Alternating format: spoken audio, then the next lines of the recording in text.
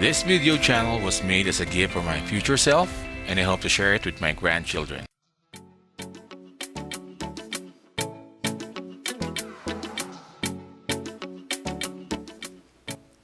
It's a beautiful Sunday morning, and we're once again excited to chill with nature in our camper van.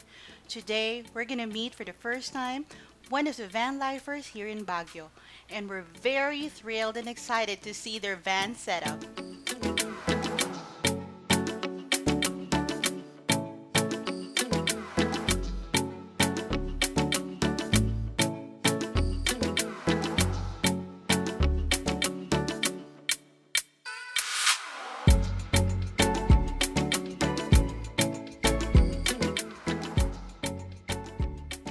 Here's a bed.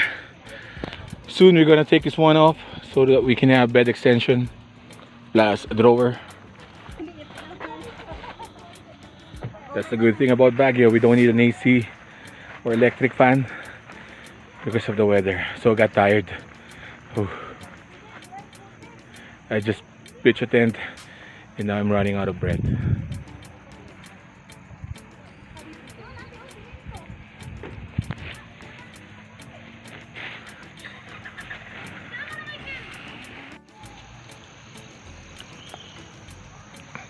Pine trees.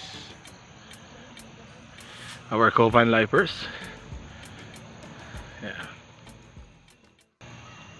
Hey, good morning, wanderers and van lifers. I'm here at Camp John Hay, Baguio City. Today is October 18, 10 a.m. and we're here to meet one of the van lifers in the Philippines, Mr. Ron Loz, and let's see how he set up his van. Tara!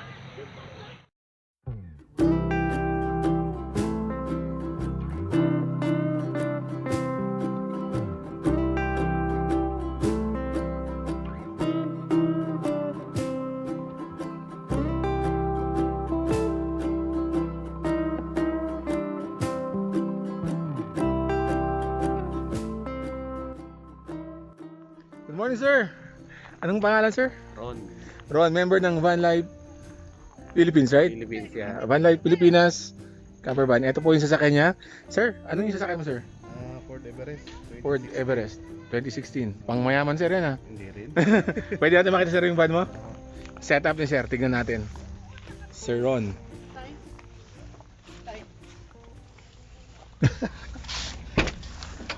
Ayan. Bed na lang. You know, maluwag. Anong klaseng bed ang kailangan, sir? Yung ano lang. Air bed or... Airbed, pwede rin yung foam na manipis. Oo, no? Dalawa, tatlong tao, no? Dalawa. Ito, dalawa.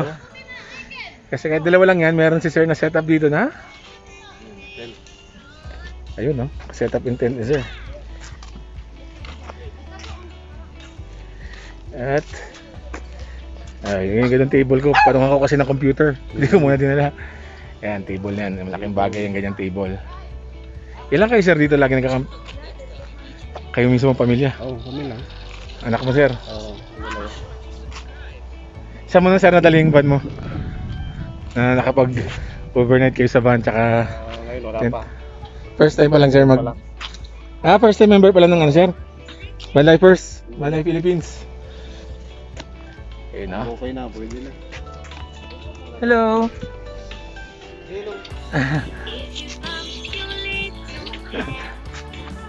Meron pa director's chair.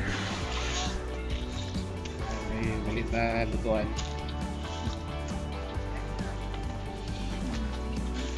Ayun, may cook set si sir. Boxer. Tapos pag ilaw, dito ang ginagamit ko. Lipo battery, convert ko lang sa 12 volts na ano. Watch no. Anong ilaw, sir, yan? LED, tapos yung bulb pwede. Pang ilaw talang talaga siya. Actually, ano ito, battery ito na RC. Okay. Pero matagal ang ano niya. Ang buhay. 8 hours, 10 hours. 10 hours na ilaw to. Ilaw. Ano power supply meron ka pa, sir? Merong convert na ano sa 2S na battery ng sasakyan. 2S? 2S. Tapos convert niya 12 volts. Okay. Tapos may converter siya. Ang labas niya is 220 volts. May converter siya. So pwede na pang upgrade. Pwede. Kailan kayo pwede mag-ano rito, no? Pa overnight. Yun lang. Di pa ata pwede. Para tingnan mga... 6 lang ata, no? Ang ano dito. Ito sir, awning mo, magkano ulit? Pagka yung 2.5 nasa 13. 13K. 2.5 by 2.5 meters. Ilang minuto sir para i-set up? Wala pang 20 seconds. Wala. Dalawang tao, hila na. Mabilis, sila lang, baba pa. Tapos yung lock. Ikot lang naman yung lock din. Zipper lang. And safe naman sir, no? Yung pagkaka-attach niya doon. Safe naman. Pero pag advisable po rin na itali lalo pag mahangin. O pag nasa highway na. Oo. Tsaka pag ganito setup mo, pag mahangin ang panahon, talagang itatali mo kasi may possibility na Pero okay siya. Ito yung ano sir. Yan, styro lang din yung dala namin dahil mayroon pang power supply lalo na pag matagalang lakwatsa, mga overnight. Susunod na plano nyo sir kung sakaling pwede nang lumabas saan? Siyempre sa beach na. Beach, kahit La Union muna no? Kahit lang yun lang. Makawala lang. Taga-TV ba sir? Taga-TV ka sir? May isa lang. Okay. Siniservice sa aming mga taga-TV. Isa lang. Okay, ito yung setup ni Sir Ron. Ganda. Kompleto. At ang ganda ng pwesto ni Sir. Ayun, sinalim siya ng pine tree.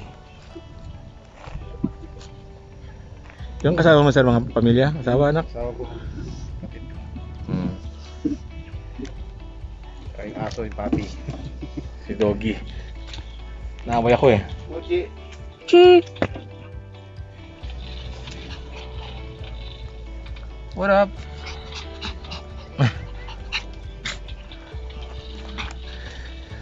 Maganda rin may kasamang aso sa biyahe, no? Ito po ang Ford Everest. Kung mayamang setup, sir. Sana dumami tayo sa Baguio, no?